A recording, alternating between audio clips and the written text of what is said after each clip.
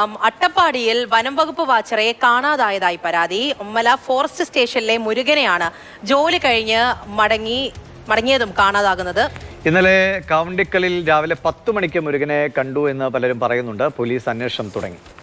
Gokul VS വിവരങ്ങളുമായി ചേരുന്നുണ്ട്. ഗോകുൽ, അന്വേഷിക്കുന്നുണ്ട് ആളെ, എന്തെങ്കിലും വിവരം കിട്ടിയോ?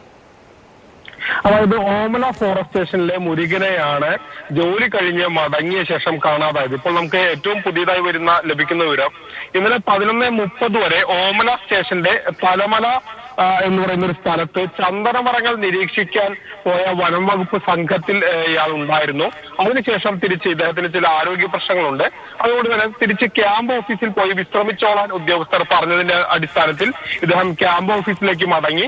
അവിടെ നിന്നാണ് പിന്നീട് കാണാതായത്.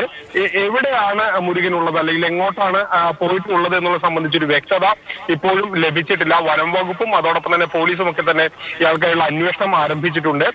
തിരികെ ഒരുപക്ഷെ ഇയാൾ വനമേഖലയിലേക്ക് വീണ്ടും പ്രവേശിച്ചിരിക്കുമോ എന്നുള്ളൊരു സംശയം വനം വകുപ്പിനുണ്ട്. അതുകൊണ്ട് തന്നെ വനമേഖലയിലും അതോടൊപ്പം തന്നെ ജനവാസ മേഖലയിലും എല്ലാം തന്നെ പരിശോധന നടത്തിയിട്ടുണ്ട്. എവിടേക്കാണ് മുരുകൻ പോയതെന്ന് സംബന്ധിച്ചൊരു വ്യക്തതയില്ല.